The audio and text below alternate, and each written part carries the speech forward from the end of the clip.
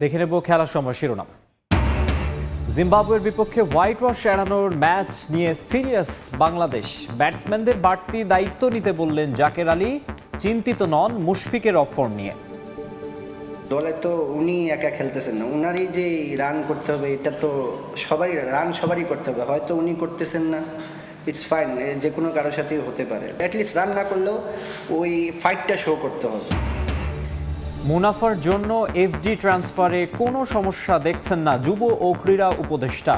অন্য ব্যাংকে টাকা সরানোতে নিয়মের ব্যত্যয় না হলেও ছিল প্রক্রিয়াগত ভুল, মন্তব্য মাহবুব আনামের। আম্পায়ারের সিদ্ধান্তে অসন্তোষ প্রকাশ করায় আবারও শাস্তি তাওহিদ হৃদয়ের, পেলেন এক ডিমেরিট পয়েন্ট। আবাহনীর বিপক্ষে ডিপিএল এর শিরোপা নির্ধারণী ম্যাচ খেলা নিয়ে শঙ্কা। প্রিমিয়ার লিগ ফুটবলে 10 জনের মোহামেডানকেও হারাতে পারল না আবাহনী। অমীমাংসিতভাবেই শেষ হলো ঢাকা ডার্বি। 4 ম্যাচ পর জয়ের দেখা পেল ব্রাদার্স ইউনিয়ন। এবং কিছুক্ষণ পর কোপা দেল রের ফাইনাল। এল ক্লাসিকোর আগে রেফারি বিতর্ক নিয়ে উত্তাপ। ট্রেবলের স্বপ্ন বাঁচিয়ে রাখতে চায় বার্সেলোনা, প্রতিশোধের মিশন রিয়ালের।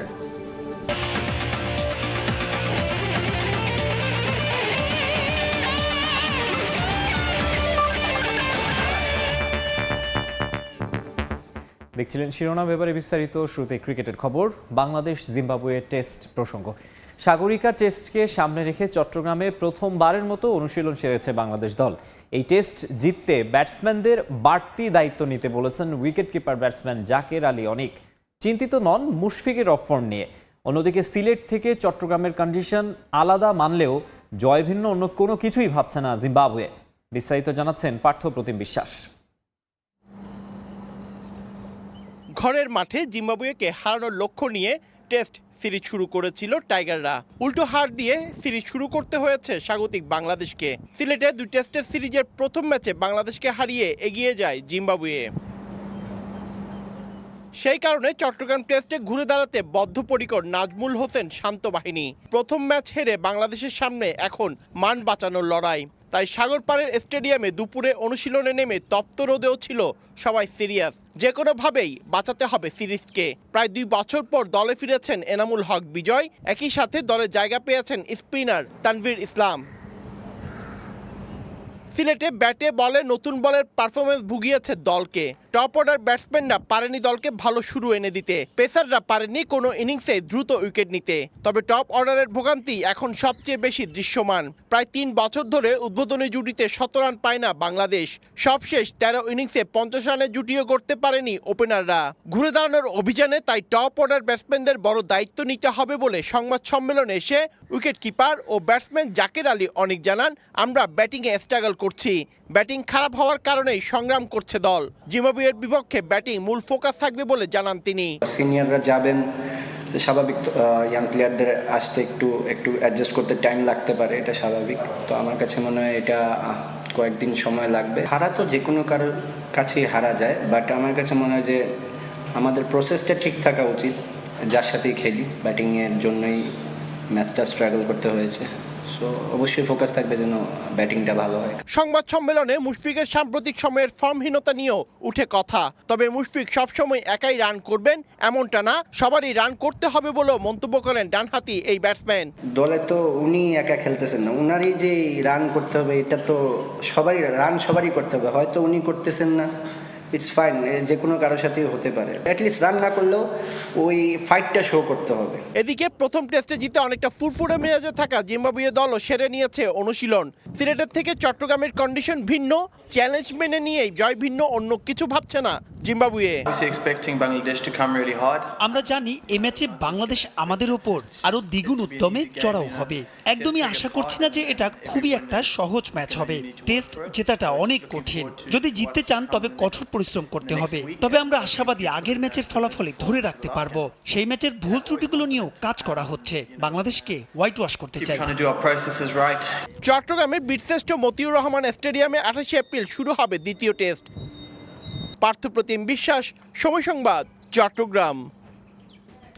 বাংলাদেশ ক্রিকেট বোর্ডের এফডির টাকা অন্য ব্যাংকে সরানোর ক্ষেত্রে নিয়মের কোনো ব্যত্যয় না ঘটলেও প্রক্রিয়াগত ভুল ছিল বলে মনে করেন ফিনান্স কমিটির ভাইস চেয়ারম্যান মাহবুব আনাম।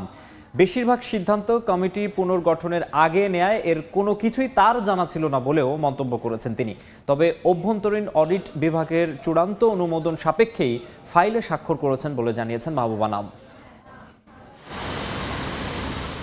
বাংলাদেশ ক্রিকেট বোর্ডের স্থায়ী আমানতের খবর জানেন না এমন কেউ বাংলাদেশে আছেন বলে মনে হয় না। সাবেক প্রেসিডেন্ট নাজমুল হাসান পাপনের কল্যাণে 900 কোটি টাকার গল্প শোনেননি এরকম কেউই নেই। এবার সেই টাকা নিয়েই বিপাকে বোর্ড।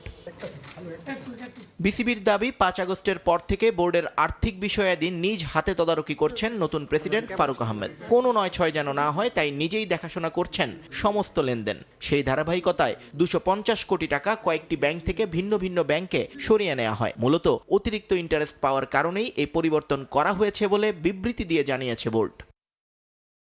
তবে প্রশ্ন উঠছে সেখানেই, কারণ এই পুরো কার্যক্রমের ফাইলে ফিনান্স কমিটির চেয়ারম্যান এবং ভাইস চেয়ারম্যানের স্বাক্ষর থাকলেও তারা এসব সিদ্ধান্তের বিষয়ে আগে থেকে কিছুই জানতেন না বলে দাবি মাহবুব আনামের। মূলত অভ্যন্তরীণ অডিটের পর তাদের হাতে ফাইল আসায় আগে পিছে কিছু আর চিন্তা করেননি তারা। বিসিবির সকল পেমেন্ট পদ্ধতি, চেক, ব্যাংক ডকুমেন্ট মিনিমাম দুটো গ্রুপ থেকে সই হয়। একটা ম্যানেজমেন্ট গ্রুপ এবং আরেকটা BCB board directors group. So অডিটের পরে ম্যানেজমেন্ট গ্রুপ যখন এটা সই করে তখন বিসিবির যারা ডিরেক্টর সই করার জন্য দায়িত্বপ্রাপ্ত হন তারা দেখেন যে এটা অডিটের থেকে পাস হয়েছে কিনা, তারপরেই তারা তাদের স্বাক্ষরটি করেন। এক ব্যাংক থেকে টাকা সরিয়ে অন্য ব্যাংকে টাকা রাখা আইনগতভাবে ভুল নয়, কিন্তু যে প্রক্রিয়ায় ঘটনাটি ঘটেছে প্রশ্ন উঠছে সেটা নিয়ে। তবে এ বিষয়ে কোনো দায় নিতে নারাজ ফিনান্স কমিটি, কারণ 25শে জানুয়ারি এই কমিটি গঠনের আগেই নাকি শেষ হয়েছিল সকল কার্যক্রম। জানুয়ারির 25 তারিখের বোর্ড মিটিংয়ে এই সিদ্ধান্ত হয়েছে। তার আগে এটা যেই কমিটি ছিল না সব অবশ্যই সেটা আমাদের মাননীয় প্রেসিডেন্টের কাছেই বর্তায় বাই কনস্টিটিউশন। 250 কোটির 118 কোটি টাকাই রাখা হয়েছে দুটো ব্যাংকে, আর বাকি টাকা ভাগ হয়েছে 12 ব্যাংকে। স্বাভাবিকভাবেই এই দুটো ব্যাংক নিয়ে প্রশ্ন উঠছে বিস্তর, কিন্তু মাহবুব আনামের দাবি ইন্টারেস্ট বেশি পাওয়ার কারণেই সেখানে গিয়েছে বিসিবি, যদিও নিরাপত্তার প্রশ্নে আবার নিরুত্তর বিসিবি পরিচালক। সেটা আমার নিজের কোম্পানির ডিসিশন, আমি নেই, এখানে ডিসিশনটা আমার নয়। নিয়ন মুহাইমিন, সময় সংবাদ, ঢাকা। এদিকে বিসিবির এফডি অন্য ব্যাংকে সরানোর ইস্যুতে যুব ও ক্রীড়া উপদেষ্টাকে পাশে পাচ্ছেন সভাপতি ফারুক আহমেদ। আগের তুলনায় নতুন ব্যাংকে মুনাফা বেশি পাওয়ায় অর্থ ট্রান্সফারকে ইতিবাচকভাবে দেখছেন আসিফ মাহমুদ সজীব ভুইয়া। এই ইস্যুতে ছড়ানো বিভ্রান্তির বিষয়ে বোর্ড পরিচালকদের সঙ্গে কথা বলেছে মন্ত্রণালয়। তবে এই অর্থ ট্রান্সফারের বিষয়ে কোনো ধরনের স্বেচ্ছাচারিতা ছিল কিনা সেই বিষয়ে মন্ত্রণালয় খতিয়ে দেখছে বলেও জানিয়েছেন তিনি। কারো অনুমতি ছাড়া বিসিবির অ্যাকাউন্ট থেকে 120 কোটি টাকা সরিয়েছেন বোর্ড সভাপতি ফারুক আহমেদ। একটি সংবাদ মাধ্যমের অর্থ সত্য তথ্যের ভিত্তিতে বিভ্রান্তি ছড়ানো হয় সামাজিক মাধ্যমে। বোর্ড সভাপতিকে হেয় করতে টার্গেট করে অতিরঞ্জিত তথ্য ছড়ানো হয় সামাজিক মাধ্যমে, যাতে ভক্তদের মাঝে সমালোচনার ঝড় ওঠে তাকে নিয়ে। অনুসন্ধানে বেরিয়ে আসে আসল ঘটনা। মূলত পাপন নিয়ন্ত্রিত বোর্ডের পরিচালকরা ব্যক্তি স্বার্থে পছন্দের ব্যাংকে এফডি রেখেছিল, যেখানে বিসিবি স্বল্প মুনাফা পেলেও পরিচালকরা পেতেন মোটা অঙ্কের টাকা। তাছাড়া ব্যাংকগুলো ঝুঁকিপূর্ণ। ফারুক আহমেদ সেই অর্থ রেখেছেন তুলনামূলক ভালো ব্যাংকে, বেড়েছে মুনাফার পরিমাণও, যেটাকে ইতিবাচক হিসেবে দেখছেন যুব ও ক্রীড়া মন্ত্রণালয়। কথা বলেছি বিসিবির ডিরেক্টরদের সাথে এবং বিসিবির সভাপতির সাথেও। অনেকগুলো এফডি করা আছে 10 বছর, 15 বছর, 20 বছর আগে। বিসিবির এফডির ওইটার রেট ছিল হয়তো 7 to 8%, আমি যতটুকু জানি। এখন যেখানে করা হয়েছে সেখানে 11 to 12%।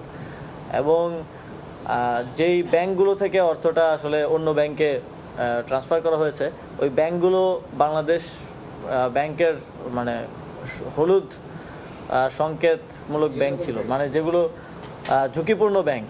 তো বিসিবি কিংবা যে কোনো প্রতিষ্ঠানের টাকা, ইভেন আপনার নিজের টাকা আপনি কোনো ঝুঁকিপূর্ণ ব্যাংকে তো রাখতে চাইবেন না। বিভ্রান্তিকর সংবাদে আরও প্রকাশ করা হয় পরিচালকদের অনুমতি ছাড়াই নাকি অর্থ অন্য ব্যাংকে নিয়েছেন ফারুক আহমেদ। বিষয়টি নিয়ে ব্যাখ্যা দিয়েছে বোর্ড। সংবাদ বিজ্ঞপ্তিতে জানানো হয়, ফিনান্সিয়াল কমিটির অনুমোদনে অন্য ব্যাংকে নেওয়া হয় অর্থ, যার সিগনেটরি বোর্ড সভাপতি নিজেও নন। তবে এই অর্থ স্থানান্তরের বিষয়ে কোনো ধরনের স্বেচ্ছাচারিতা করা হয়েছে কিনা সে বিষয়ে খতিয়ে দেখবে মন্ত্রণালয়। বিসিবির অভ্যন্তরীণ যেই আসলে প্রসেস বা যেই নিয়ম, সেটা কোনোভাবে ভঙ্গ করা হয়েছে কিনা সেটা আমরা দেখব।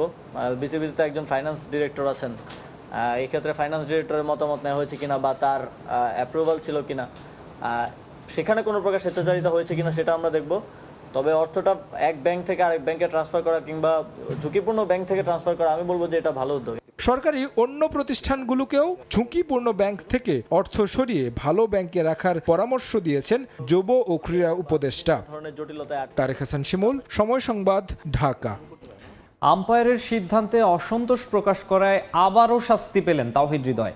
1 ডিমেরিট পয়েন্ট ও 10,000 টাকা জরিমানা করা হয়েছে মোহামেডান অধিনায়ককে, যার কারণে তিনি খেলতে পারবেন না আবাহনীর বিপক্ষে ঢাকা প্রিমিয়ার লিগের শিরোপা নির্ধারণী ম্যাচ। মিরপুরে গাজী গ্রুপ ক্রিকেটার্সের বিপক্ষে ম্যাচে ওয়াসি সিদ্দিকির বলে ক্যাচ দিয়ে আউট হন হৃদয়। আম্পায়ার আউট দিলেও বেশ কিছুটা সময় ক্রিজে দাঁড়িয়ে থাকেন এই ব্যাটার। আম্পায়ারের সিদ্ধান্তে অসন্তোষ প্রকাশ করায় ম্যাচ শেষে তাকে শাস্তি হিসেবে 10,000 টাকা জরিমানা এবং 1 ডিমেরিট পয়েন্ট দেওয়া হয়। শুনানিতে উপস্থিত হলে শাস্তি কমার সুযোগ ছিল মোহামেডান অধিনায়কের, কিন্তু সেই সুযোগ নেননি হৃদয়। মোট 8 ডিমেরিট পয়েন্ট পাওয়ায় মোট 4 ম্যাচ নিষিদ্ধ হলেন হৃদয়। এর ফলে আগামী মঙ্গলবার ডিপিএল এর শিরোপা নির্ধারণী ম্যাচে হৃদয়কে ছাড়াই মাঠে নামার শঙ্কায় মোহামেডান। তবে এই নিষেধাজ্ঞা এবারের লিগেই কার্যকর হবে কিনা সেটাই এখন বড় প্রশ্ন। শুক্রবার বিসিবি জানায় হৃদয়ের আগের নিষেধাজ্ঞার বাকি অংশ কার্যকর হবে 1 বছর পর। একই ডিমেরিট পয়েন্টের ধারার নিষেধাজ্ঞা এখন এই লিগে কার্যকর করার সুযোগ আছে কিনা এই জটিল সিদ্ধান্ত নিতে রোববার বৈঠকে বসবে টেকনিক্যাল কমিটি।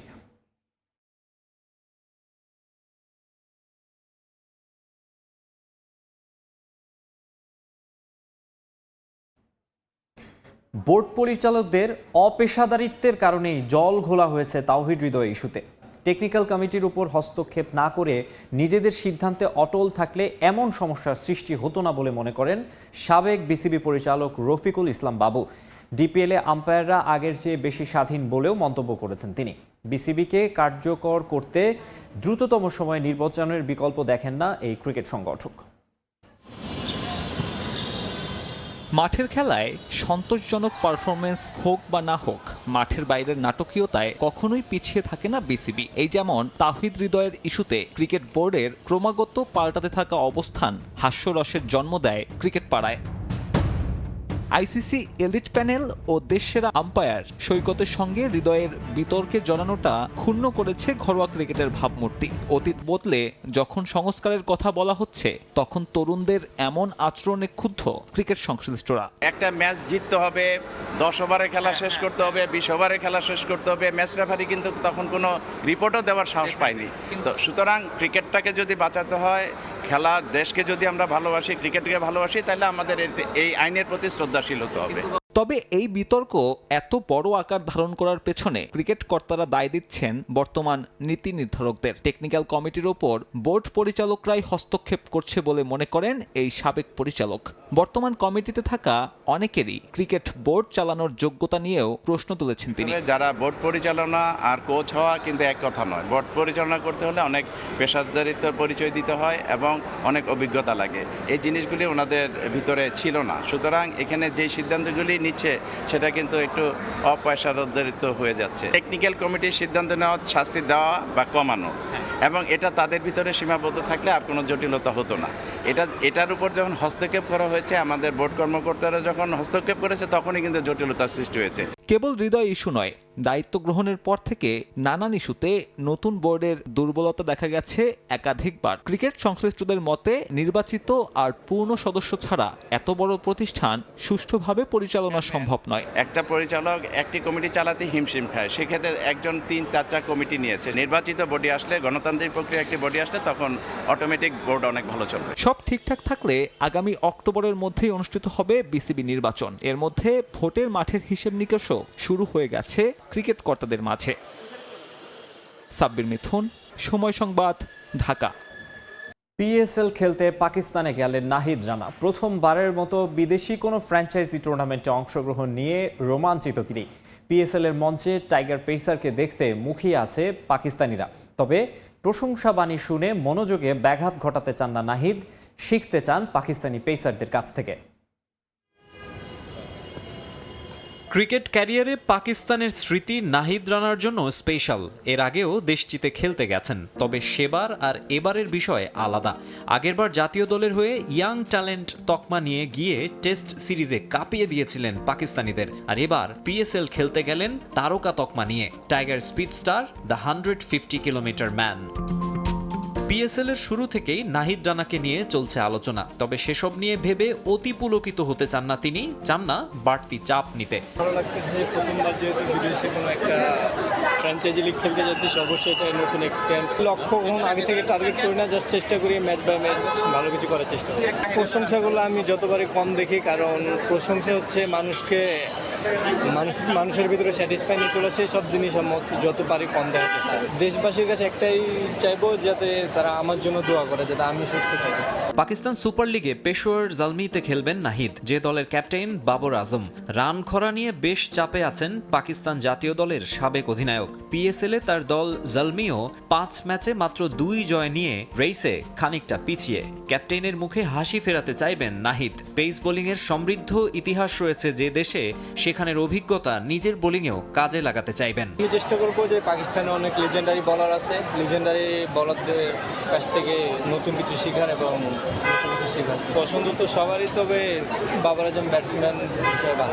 তবে পেশোয়ার জালমিতে রয়েছেন আরেক স্পিডি পেসার আলজারি জোসেফ। ক্যারিবীয় ফাস্ট বোলার 5 ম্যাচে নিয়েছেন 7 উইকেট। অনেকেরই ধারণা একাদশে জায়গা পেতে জোসেফের সঙ্গে কম্পিট করতে হবে নাহিদকে। যদিও 9-এর ওপর ইকোনমি যে বোলারের, তাকে নিয়ে খুব একটা চিন্তিত নন টাইগার এক্সপ্রেস। নিজে কারোর সাথে কম্পারিজন করি না, নিজের সাথে নিজের করার চেষ্টা করছি। লাহোর কালান্দার্সের হয়ে রিশাদ হোসেনের ঘূর্ণি জাদুতে মুগ্ধ পিএসএল। এবার পেশোয়ার জালমিতে গতির ঝড় তোলার অপেক্ষায় আরেক বাংলাদেশি নাহিদ রানা। মাকসুম আলম খান, সময় সংবাদ, ঢাকা। এবার ফুটবল। প্রিমিয়ার লিগের শীর্ষে থাকা মোহামেডানের সঙ্গে ব্যবধান কমানোর সুযোগ কাজে লাগাতে ব্যর্থ হলো আবাহনী। কুমিল্লায় গোলশূন্য ড্রয়ে শেষ হয়েছে ঢাকা ডার্বি। ম্যাচের ফলাফল ছাপিয়ে আলোচনায় মোহামেডানের মোহাম্মদ আলম ও গ্যালারির উত্তেজনা। এতে খেলা বন্ধ থাকে মিনিট 5। ড্র হয়েছে বসুন্ধরা কিংস ও রহমতগঞ্জের ম্যাচও। অন্য খেলায় চট্টগ্রাম আবাহনীকে 2-0 গোলে হারিয়েছে ব্রাদার্স ইউনিয়ন। এতে টানা 4 ম্যাচ পর জয়ের দেখা পেয়েছে গোপীবাগের দলটি। ঢাকা ডার্বি মানেই বাড়তি উত্তাপ। আবাহনী মোহামেডান ম্যাচে উত্তেজনা সৃষ্টি হবে না তা কি হয়? প্রিমিয়ার লিগে চির 2 প্রতিদ্বন্দ্বীর দ্বিতীয় লেগেও দেখা গেল একই চিত্র। ম্যাচ চলাকালীন মাঠে বোতল ছোড়েন সমর্থকরা। এতে খেলা বন্ধ থাকে বেশ কিছুটা সময়। প্রথমার্ধে মোহামেডানের মোহাম্মদ আলমের লাল কার্ড কেন্দ্র করে এমন অস্বস্তিকর পরিবেশ সৃষ্টি হয়। এর আগে ঢাকা ডার্বির শুরু থেকে সমানভাবে পাল্লা দিয়ে ম্যাচের আধিপত্য দেখানোর চেষ্টা চালায় দুদল। 8 মিনিটে গোলের সুযোগ আসে আবাহনীর সামনে, তবে সুমন রেজার হেড পোস্টের পাশ দিয়ে চলে যাওয়ায় বিপদমুক্ত থাকে মোহামেডান। সুযোগ তৈরি করে সাদা কালো বাহিনীও। 40 মিনিটে গোলের কাছে গিয়েও হতাশা বাড়ান মোহামেডানের ফরোয়ার্ড আরিফ হাসান। এরপরই সরাসরি লাল কার্ড পেয়ে মাঠ ছাড়েন মোহাম্মদ আলম। দ্বিতীয়ার্ধে আক্রমণের ধার বাড়ায় আবাহনী। 65 মিনিটেই এগিয়ে যাওয়ার সুযোগও পেয়ে যায় তারা, তবে সুযোগ হাতছাড়া হয় আকাশী নীলদের। ফাঁকা পোস্ট পেয়েও ক্রসবারের উপর দিয়ে বল পাঠান মোহাম্মদ ইব্রাহিম। পাল্টা আক্রমণে গোলের কাছে গিয়েও হতাশ হতে হয়েছে মোহামেডানকে।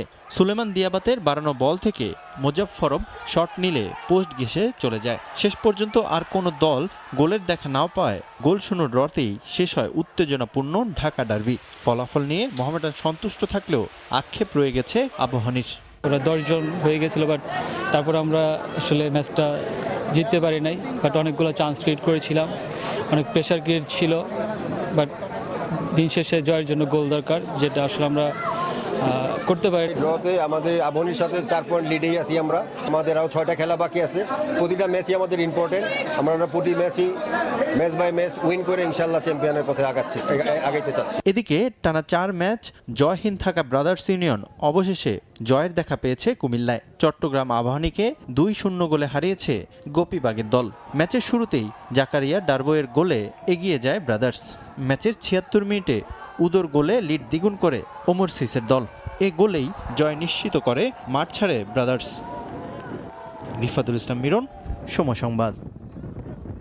খেলার সময় আরও থাকছে। পাকিস্তানের সঙ্গে ভারতের সব ধরনের সম্পর্ক ছিন্ন করা উচিত মন্তব্য সৌরভ গাঙ্গুলির। দ্বিপাক্ষিক সিরিজ না খেলার সিদ্ধান্তকেও সমর্থন সাবেক বিসিসিআই প্রধানের। পাকিস্তানের সঙ্গে ভারতের সব ধরনের সম্পর্ক ছিন্ন করা উচিত এমন মন্তব্য করেছেন দেশটির সাবেক অধিনায়ক সৌরভ গাঙ্গুলি। প্রতিবেশী দেশটির বিপক্ষে দ্বিপাক্ষিক সিরিজ না খেলার সিদ্ধান্তকেও সমর্থন জানান সাবেক বিসিসিআই প্রধান। পেহেলগামের ঘটনার পর আইসিসি ইভেন্টগুলোতে গ্রুপ পর্বে পাকিস্তানের বিপক্ষে না খেলতে সংস্থাটিতে চিঠি দেওয়ার কথাও বলেন সৌরভ। এই ধরনের সন্ত্রাসবাদ মেনে নেওয়া হবে না বলেও কড়া মন্তব্য করেন সৌরভ গাঙ্গুলি। পেহেলগামে জঙ্গি হামলার ঘটনায় ভারত পাকিস্তান উত্তেজনা চরমে, যার প্রভাব পড়েছে দুদেশের ক্রীড়াঙ্গনে। ভারত পাকিস্তানের ক্রিকেটীয় সম্পর্ক আগে থেকে উত্তপ্ত হলেও এবার সেখানে নতুন করে তৈরি হলো জটিলতা। কাশ্মীরে হামলার ঘটনার পর অবনতি হয়েছে দুদেশের ক্রিকেটীয় সম্পর্কের। পাকিস্তানের সঙ্গে কোনো ধরনের ম্যাচ না খেলার হুঁশিয়ারি দিয়েছেন বিসিসিআই সহ সভাপতি রাজীব শুক্লা। এক যুগ ধরে ভারত পাকিস্তান দ্বিপাক্ষিক সিরিজ মাঠে গড়ায় না। আইসিসি ও এসিসি ইভেন্টে দুদল মুখোমুখি হলেও সেখানেও জটিলতার শেষ নেই। পাকিস্তানে গিয়ে না খেলার ব্যাপারে সবসময় অনড় অবস্থানে ভারত। দেশটির সেই শর্তের মুখে চ্যাম্পিয়ন্স ট্রফি, এশিয়া কাপ অনুষ্ঠিত হয়েছে হাইব্রিড মডেলে। পেহেলগামের ঘটনার পর এবার আগামীতে পাকিস্তানের বিপক্ষে দ্বিপাক্ষিক সিরিজ না খেলার ব্যাপারে কঠোর অবস্থানে ভারত। আইসিসি ইভেন্টেও কোনো ধরনের ম্যাচ না খেলতে ক্রিকেটের সর্বোচ্চ নিয়ন্ত্রক সংস্থাকে চিঠি দেওয়ার সিদ্ধান্ত নেয় বিসিসিআই। এবার এই ইস্যুতে মুখ খুললেন সাবেক অধিনায়ক সৌরভ গাঙ্গুলি। পাকিস্তানের সঙ্গে ক্রিকেট সহ সব ধরনের সম্পর্ক ছিন্ন করার কড়া বার্তা দিলেন সৌরভ। ভারতীয় বার্তা সংস্থা ANI-কে দেয়া এক সাক্ষাৎকারে প্রিন্স অব ক্যালকাটা বলেন, শুধু সম্পর্ক ছিন্নই নয়, আইসিসিকে চিঠি দেওয়া উচিত। কোনো ধরনের সন্ত্রাসবাদ মেনে নেওয়া হবে না বলেও হুঁশিয়ারি দিয়ে রাখলেন সাবেক বিসিসিআই প্রধান। পাকিস্তানের সঙ্গে সব ধরনের সম্পর্ক ছিন্ন করা উচিত। এ ব্যাপারে শতভাগ উদ্যোগী হতে হবে, কঠোর অবস্থান নিতে হবে আমাদের। এটা কোনো তামাশা হতে পারে না যে বছরের পর বছর এরকম ঘটনা ঘটতে থাকবে। বিসিসিআই এর বর্তমান কমিটি যদি পাকিস্তানের সঙ্গে আইসিসি ইভেন্টের গ্রুপ পর্বে না খেলার চেষ্টা করে থাকে তাহলে সেটা মোটেও ভুল হবে না। বোর্ড চিঠি দিলেও সেটা সঠিক হবে। সন্ত্রাসবাদ কোনোভাবেই মেনে নেওয়া যাবে না। কাশ্মীর ইস্যুতে ভারতের এমন হুঁশিয়ারির পর আসন্ন নারী ওয়ানডে বিশ্বকাপ ও এশিয়া কাপ নিয়ে যে নতুন করে জটিলতা শুরু হতে যাচ্ছে তা তো আর বলার অপেক্ষা রাখে না। তাজিন খন্দকার, সময় সংবাদ। দেখছেন খেলার সময়, সঙ্গেই থাকুন। আবারও ইউরোপিয়ান ক্লাব ফুটবলের খবর। নিজেদের পরের ম্যাচেই ইপিএল শিরোপা জিততে পারে লিভারপুল। 2-এ থাকা আর্সেনালের সঙ্গে 13 পয়েন্টের ব্যবধান থাকায় পরের ম্যাচে জয় কিংবা ড্রপ পেলেই 5 বছর পর ইপিএল ট্রফি নিশ্চিত করবে অল রেডস। এই ম্যাচে লিভারপুলের প্রতিপক্ষ টটেনহ্যামের বিপক্ষে ইএফএল কাপে হারের ক্ষত থাকায় অতি আত্মবিশ্বাসী হতে চান না কোচ আর্নে স্লট। অ্যানফিল্ডে দুদলের ম্যাচ শুরু হবে রাত 9:30টায়। এদিকে আরেক ম্যাচে বোর্নমাউথের বিপক্ষে মাঠে নামবে ম্যানচেস্টার ইউনাইটেড। এই ম্যাচ শুরু হবে সন্ধ্যা 7টায়। আর মাত্র একটা ম্যাচের অপেক্ষা, যে ম্যাচে জয় কিংবা ড্র করলেই শিরোপা নিশ্চিত হবে লিভারপুলের। আর তাতে ঘুঁচবে 5 বছর ইপিএল শিরোপা ঘরে তুলতে না পারার আক্ষেপ। 20তম লিগ টাইটেল জয়ের সে আনন্দ উপভোগের ক্ষণ গুনছে লিভারপুল ভক্তরা। ইপিএলে পুরো মৌসুম দাপট দেখিয়েছে আর্নে স্লটের দল। লিগ টাইটেল রেসে আর্সেনালের সঙ্গে ইঁদুর বেড়াল দৌড়ে পড়লেও শেষ পর্যন্ত এগিয়ে আছে অল রেড বাহিনী। বরং লিভারপুল 33 ম্যাচে 24 জয়ে 79 পয়েন্ট নিয়ে টেবিলের 2-এ থাকা আর্সেনালের সঙ্গে ব্যবধানটা করেছে এখন 13। 34 ম্যাচ খেলা আর্সেনাল পরের বাকি 4 ম্যাচে টানা জয় পেলেও লিভারপুলকে টপকে যেতে পারবে না। জয় না পেলেও অন্তত ড্র করে 1 পয়েন্ট তুলে নিতেই হবে অল রেডদের। টাইটেল ডিসাইডার ম্যাচে ঘরের মাঠে লিভারপুল আতিথ্য দেবে টটেনহাম হটস্পারকে। এই ম্যাচের আগে সাম্প্রতিক ফর্ম, পরিসংখ্যান সহ সবকিছুই পক্ষে আছে আর্নে স্লটের দলের। তবে টটেনহামের বিপক্ষে ইএফএল কাপে গেল জানুয়ারিতে হারের ক্ষত পায় লিভারপুল। এই ম্যাচে হোম ভেন্যুর সুবিধা কাজে লাগিয়ে জয় তুলে নিতে মুখিয়ে অল রেডস। এ ম্যাচে কোচ দলের গুরুত্বপূর্ণ সবাইকেই পাচ্ছেন। তবে অতি আত্মবিশ্বাসী হয়ে কোনো ভুল করতে চান না কোচ, যদিও ছেড়ে কথা বলবে না টটেনহ্যামও। দুদলের শেষ 5 দেখায় লিভারপুল 3 জয় পেলেও জিততে বেশ বেগ পোহাতে হয়েছে তাদের। এটা একটা বড় দায়িত্ব। শেষবার ক্লাব লিগ জিতেছিল কোভিডের সময়, তাই সবাই এ ম্যাচের দিকে তাকিয়ে। আমরা জানি এখনো অনেক কাজ বাকি, আমাদের অন্তত 1 পয়েন্ট চাই। এই মুহূর্তে আমার একমাত্র চিন্তা হলো সবাই যেন ফিট থাকে এবং দলকে প্রস্তুত করা, কারণ আমি দেখেছি যে দলগুলো রেলিগেট এলিমিনেটেড হয়েছে তাদের বিরুদ্ধেও ম্যাচ জেতা কঠিন ছিল, তাই আমি কোনোভাবেই আত্মতুষ্টিতে ভুগছি না। আমরা টটেনহ্যামকে ইতিমধ্যে 3 বার মোকাবেলা করেছি, তাই জানি তাদের হারানো কঠিন। এদিকে আরেক ম্যাচে মাঠে নামবে ম্যানচেস্টার ইউনাইটেড। রেড ডেভিলদের প্রতিপক্ষ বোর্নমাউথ। প্রতিপক্ষের মাঠে ম্যাচ হলেও জয়ে ফেরার লক্ষ্য রুবেন আমোরিমের দলের। টানা 3 ম্যাচ জয়হীন থাকার পর এক ম্যাচ জিতলেও পরের ম্যাচেই খেই হারায় ম্যানচেস্টার ইউনাইটেড। অপেক্ষাকৃত দুর্বল বোর্নমাউথের সঙ্গে জিতে তাই এগিয়ে যাওয়ার সুযোগ থাকছে ম্যানচেস্টার ইউনাইটেডের সামনে। তাজিন খন্দকার, সময় সংবাদ।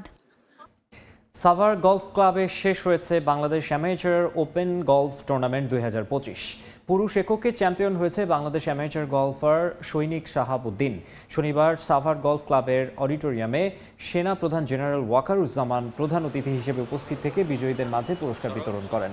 এ সময় বাংলাদেশ সেনাবাহিনীর chief of general staff lieutenant general Mizanur Rahman Shamim, Bangladesh golf ফেডারেশনের senior vice president lieutenant general Mohammad Shahinul Haque সহ পদস্থ সামরিক ও বেসামরিক ব্যক্তিবর্গ উপস্থিত ছিলেন। টুর্নামেন্টে পুরুষ দলগত ইভেন্টে মালয়েশিয়ার হারেজ হেজরি এবং ফারিজ আজিনারা পুরুষদের দলগত ইভেন্টে শিরোপা জিতেছেন। আর মহিলা দলগত ইভেন্টে পাকিস্তানের পারখা ইজাজ এবং আনিয়া ফারুক সাইদ শিরোপা অর্জন করেন। মহিলা এককে চ্যাম্পিয়ন আনিয়া ফারুক। টুর্নামেন্টে ইরান, নেপাল, পাকিস্তান, ভুটান, মালয়েশিয়া, দক্ষিণ কোরিয়া ও স্বাগতিক বাংলাদেশ সহ মোট 7 দেশের 20 জন বিদেশি গলফার সহ মোট 102 জন খেলোয়াড় অংশগ্রহণ করেন।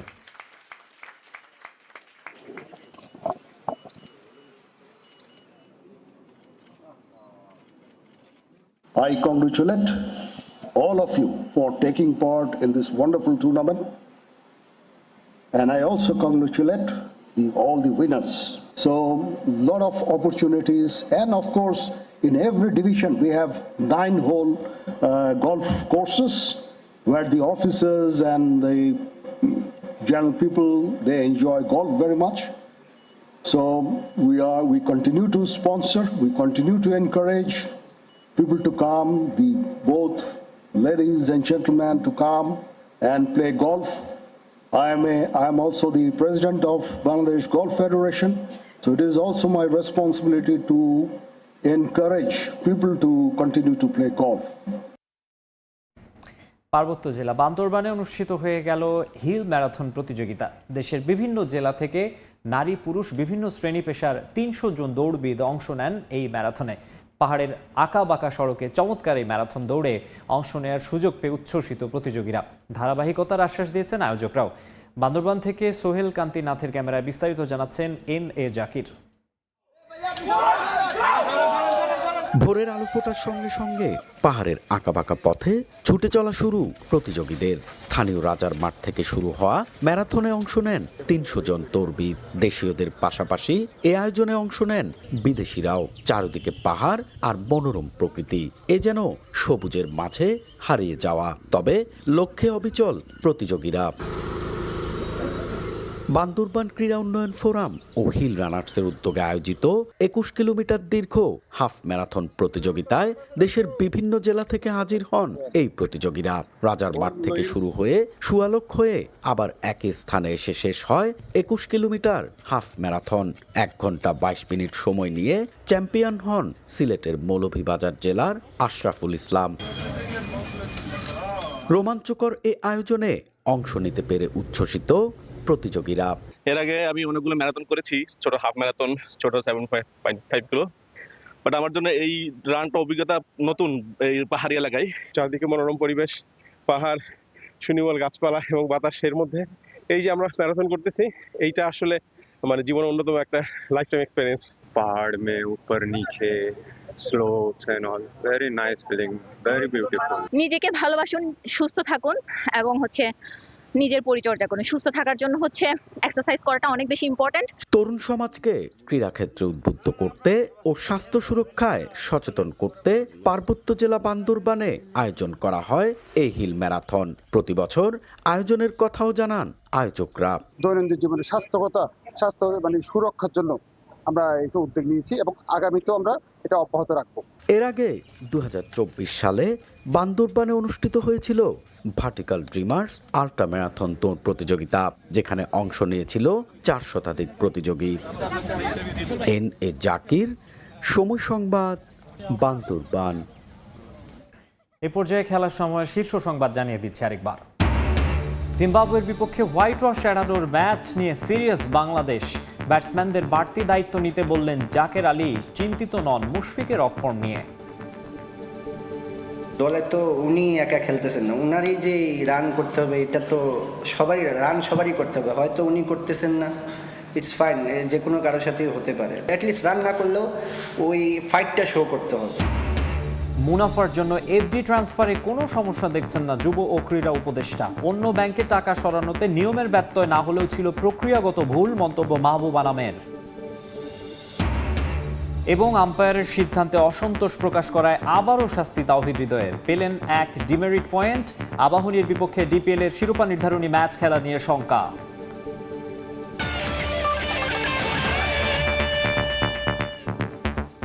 এই ছিল খেলার সময়ের এখনকার আয়োজনে, সঙ্গেই থাকুন সময়ের।